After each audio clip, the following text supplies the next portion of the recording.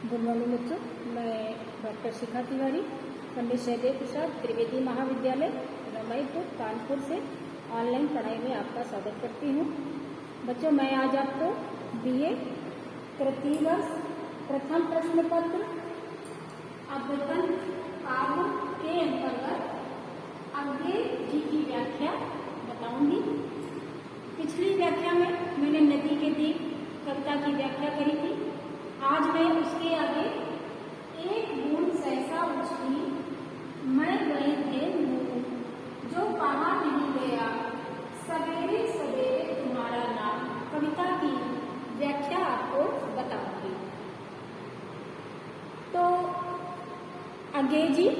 अज्ञे जी का पूरा नाम है सच्चिदानंद हीरानंद वात्स्यायन अज्ञे, जो कि प्रयोगवाद के प्रणेता के रूप में हमारे सामने आते हैं, जिन्होंने तार सप्तक पत्रिका का भी संपादन किया और उनके द्वारा जो लिखा गया काव्य संग्रह है वो हमें कदम कदम पर प्रेरणा ही प्रदान करता है और प्रकृति के उन बिंदुओं को स्पर्श करा देता है जो हमें उस पारलौकिक शक्ति की ओर अनायास ही खींच लेती है। तो बच्चों, जो पिछली कविता थी इनकी नदी के दीप में, हमने देखा कि अज्ञे जी ने द्वीप को पुत्र, नदी को माता और भूखंड को पिता बता करके किस तरह से द्वीप बनते हैं, बिगड़ते हैं और अपने जीवन को पुनः हासिल करते हैं, किस प्रकार से उनके जीवन में संघर्ष होता है, इन सारी बातों को अज्ञे जी ने नदी के दीप कविता में दिखाया। आज मैं उसके आगे एक बूंद सहसा उछली कविता की व्याख्या आपको बताने जा रही हूँ। तो बच्चों, जैसा कि मैंने पहले भी बताया था कि कोई भी कविता की व्याख्या करने से पूर्व हमको ये मालूम होना चाहिए कि हमें संकेत, संदर्भ, प्रसंग, व्याख्या और विशेष के बिंदुओं के आधार पर ही व्याख्या करनी चाहिए, तभी हमारी व्याख्या सफल मानी जाती है। और जो हमारा संकेत है वो भी मैंने बताया था किस तरह से लिखा जाता है, संदर्भ कैसे दिया जाता है, प्रसंग में जो कविता का मुख्य भाव है वो लिखा जाता है, व्याख्या अपने शब्दों में टू द पॉइंट करी जाती है और जो विशेष है उसमें रस, छंद, अलंकार, गुण, दोष बताया जाता है।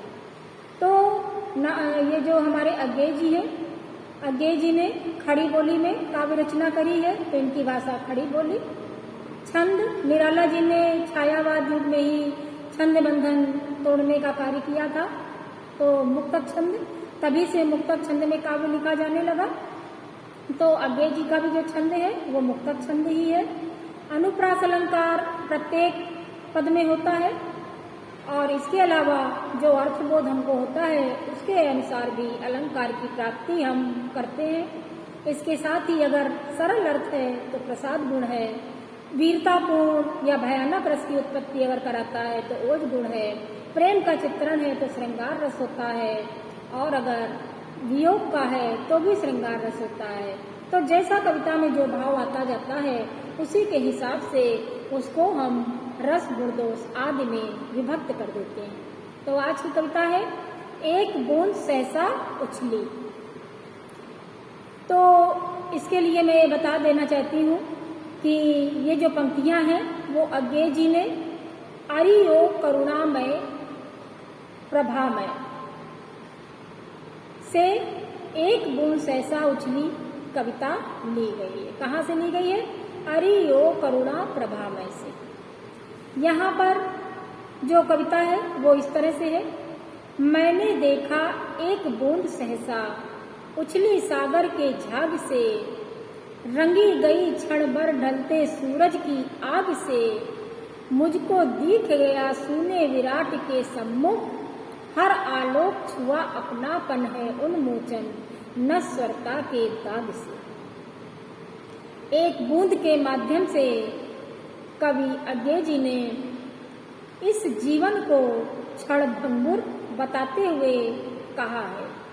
क्या कहा है कि जैसे कबीर दास जी ने भी मनुष्य का जीवन क्षणभंगुर ही बताया था कि पानी केरा बुलबुला अस मानुष की जाति, देखत ही छिप जाएगा ज्यों तारा प्रभात।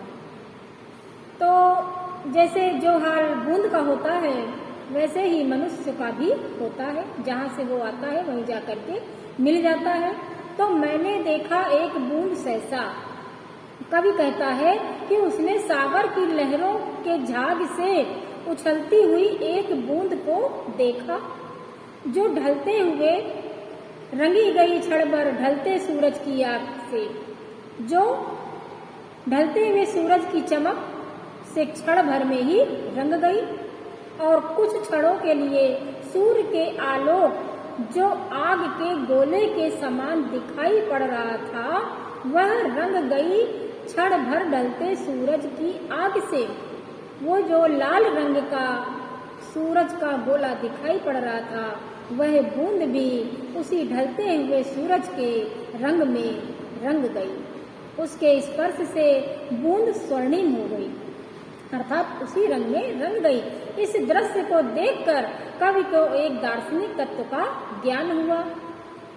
सूने विराट के सम्मुख हर आलोक छुआ अपनापन है, उन्मोचन नश्वरता के दाग से। अर्थात कवि ने ये सोचा, यह जान लिया कि विराट सत्ता के सम्मुख बूंद का समुद्र से अलग दिखना नश्वरता के दाग से, नष्ट होने के बोध से मुक्ति के समान है।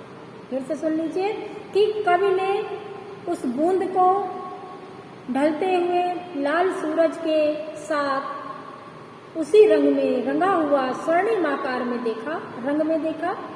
तो उसको देख करके कवि को ये लगता है कि जैसे विराट सत्ता के सम्मुख बूंद का समुद्र से अलग दिखना नश्वरता के दाग से, नष्ट होने के बोध से मुक्ति के समान है।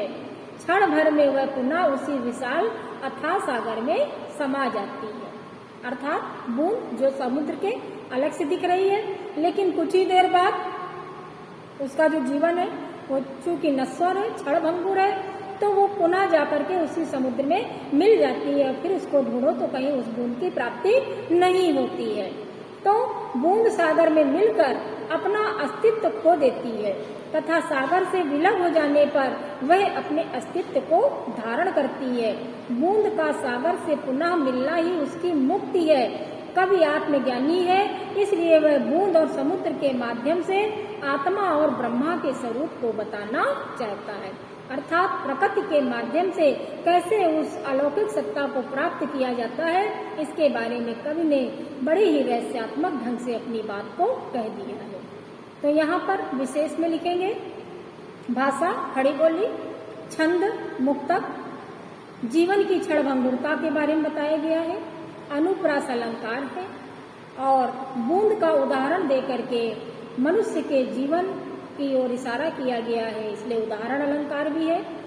प्रकृति का मानवीकरण कर दिया गया, उसे मानव जीवन से जोड़ दिया गया है, और इसी के साथ इसके अर्थ प्राप्त करने में सरलता है, इसलिए प्रसाद गुण है।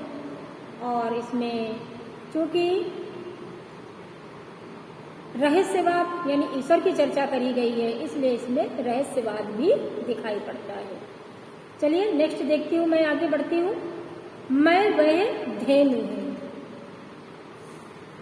सॉरी मैं वह धनु हूँ। धनु कहते हैं धनुष को। तो मैं वह धेनु हूँ कविता, मैं वह धेनु हूँ जिसे साधने में प्रत्यंचा टूट गई है। स्खलित हुआ है बाण, यद्यपि ध्वनि दिग दिगंत में फूट गई है। प्रलय स्वर है वह, या है बस मेरी लज्जाजनक पराजय। या की सफलता कौन कहेगा, क्या उसमें है विधि का आशय। क्या मेरे कर्मों का संचय, मुझको चिंता छूट गई है। मैं बस जानू मैं धन हूँ जिसकी प्रत्यंचा टूट गई है। कवि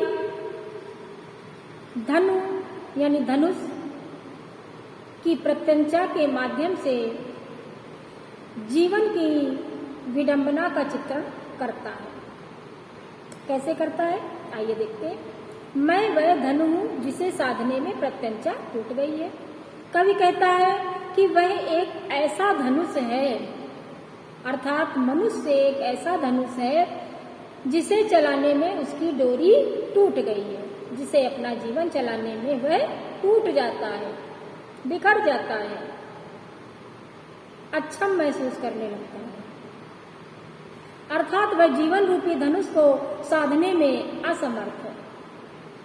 धनुष की डोरी टूटने से धनुष भी गिर गया है और उसके टूटने की आवाज चारों दिशाओं में गूंज गई है।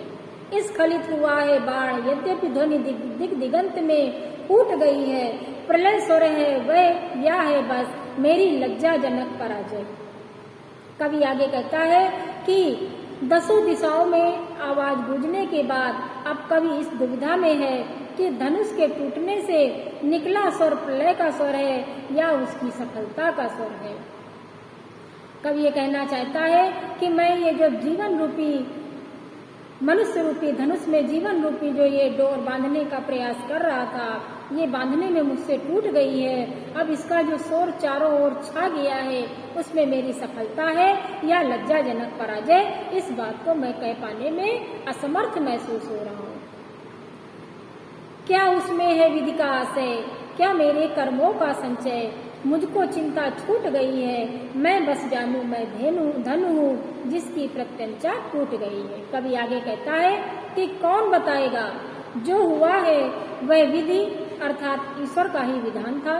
कवि आगे पुनः कहता है कि क्या उस धनुष का टूटना जीवन के कर्मों पर ही संचित था, जो ऐसा हुआ जिसके फलस्वरूप मैं आज चिंताओं से मुक्त हो गया हूँ।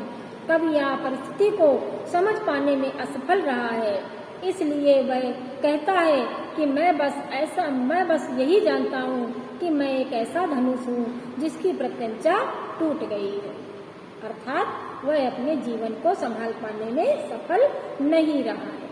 तो इस कविता के माध्यम से कवि ने मनुष्य के जीवन की ओर इशारा किया है और इसमें कवि ने खड़ी बोली भाषा अपनाई है, मुक्तक छंद, प्रसाद गुण, शांत रस और जीवन को एक डोरी के समान बताया गया है। इसके आगे जो नेक्स्ट कविता है जो कहा नहीं गया, इसके लिए मैं आपको अगली कक्षा में बताऊंगी। आज के लिए बच्चों बस इतना ही। धन्यवाद।